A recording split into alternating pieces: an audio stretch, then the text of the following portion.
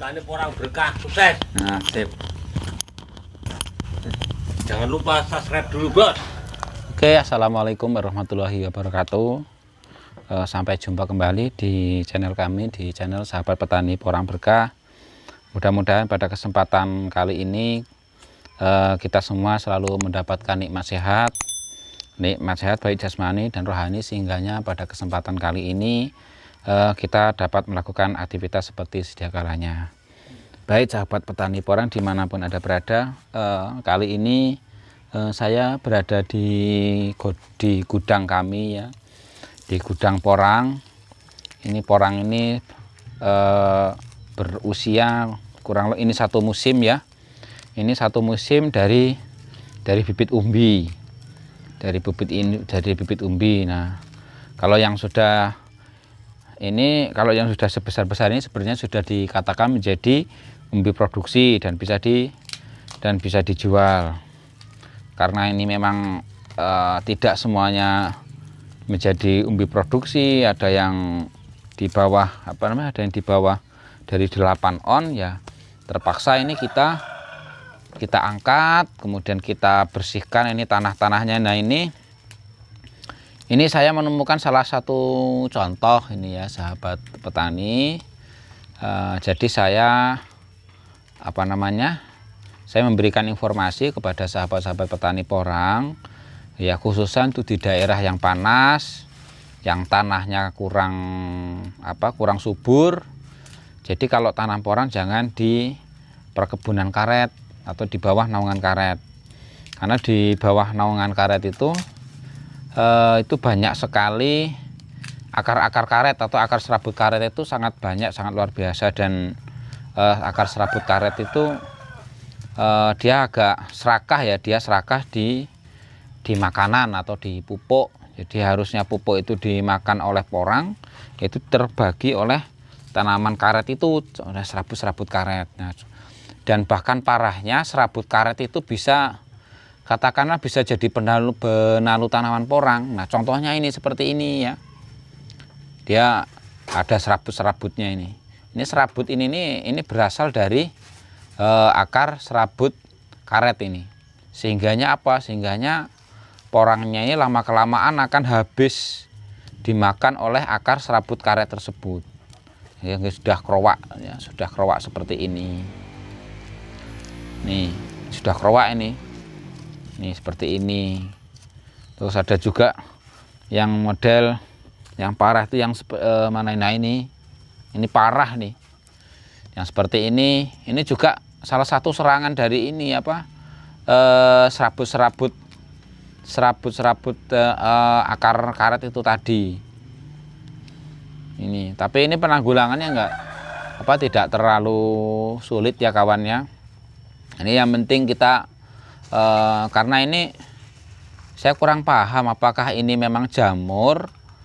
Yang jelas kalau sudah terserang penyakit yang seperti ini di dalam porangnya ini itu ada binatang-binatang seperti ulet-ulet kecil. Itu ada binatang ulet-ulet kecil. Terus kemudian dia banyak. Tetapi ketika diangkat,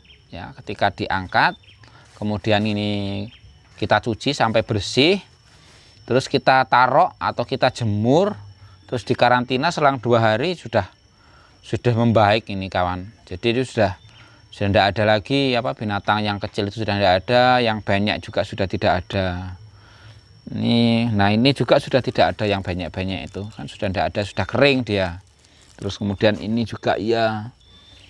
Nah ini rata-rata di tahun 2021 sekarang ini banyak sekali petani-petani porang itu yang gagal itu di penyakit ini, di penyakit kalau saya bilang penyakit ulet pada ulet pada umbi porang. Ketika ini sudah diserang ulet dan kalau misalnya tidak segera diangkat, maka lama kelamaan ini akan jadi kompos ini ya kawan-kawan ya. Ini akan jadi kompos sehingga petani tidak jadi panen. Ini mayoritas di tahun ini itu itu rata-rata petani porang itu gagal di penyakit ini, yaitu penyakit penyakit ulet, atau bisa dikatakan ada yang bilang ini penyakit jamur upas atau jamur umbi. Dia akan membusuk.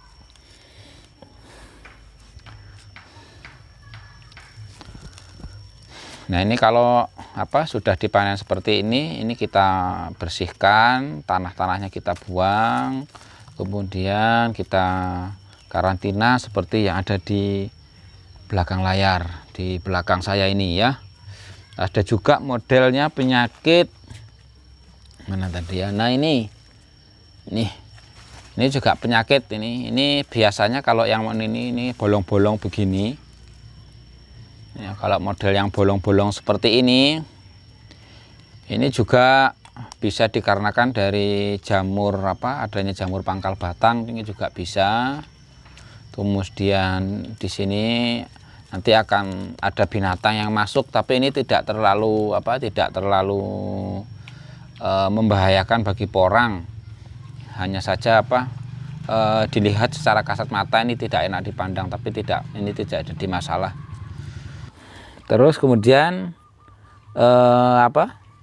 kembali yang seperti ini ya, kembali yang penyakit ini, karena di tahun ini banyak sekali itu yang gagal itu karena penyakit ini. Jadi umbinya itu bisa jadi kompos.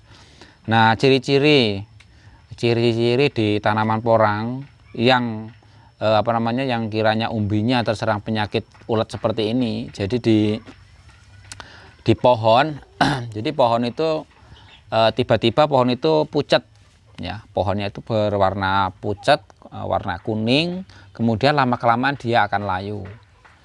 Tetapi batangnya masih besar, dia akan layu. Kemudian setelah layu lama-kelamaan dia akan patah biasanya. Jadi enggak menunggu dia kering, tiba-tiba dia akan patah.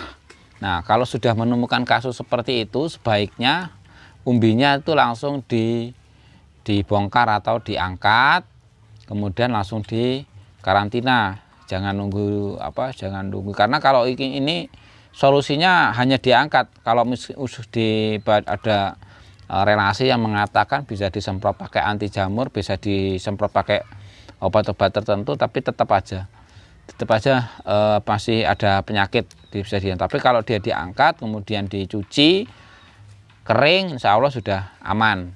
Artinya ini bisa ditanam kembali ya. Mungkin itu sahabat-sahabat petani porang dimanapun Anda berada, untuk episode kali ini saya tidak terlalu banyak panjang lebar bercerita mengenai penyakit-penyakit tadi. Jadi intinya bahwa tanaman porang untuk ke depan, agar untuk sahabat petani yang pemula ataupun yang sudah tanam tetapi tidak berhasil, ya ada kalanya ada baiknya untuk selalu mempelajari bagaimana kiat-kiat sukses dalam budidaya tanaman porang. Oke, saya akhiri. Wabillahi taufiq wal hidayah. Wassalamualaikum warahmatullahi wabarakatuh. Salam sukses tanam porang.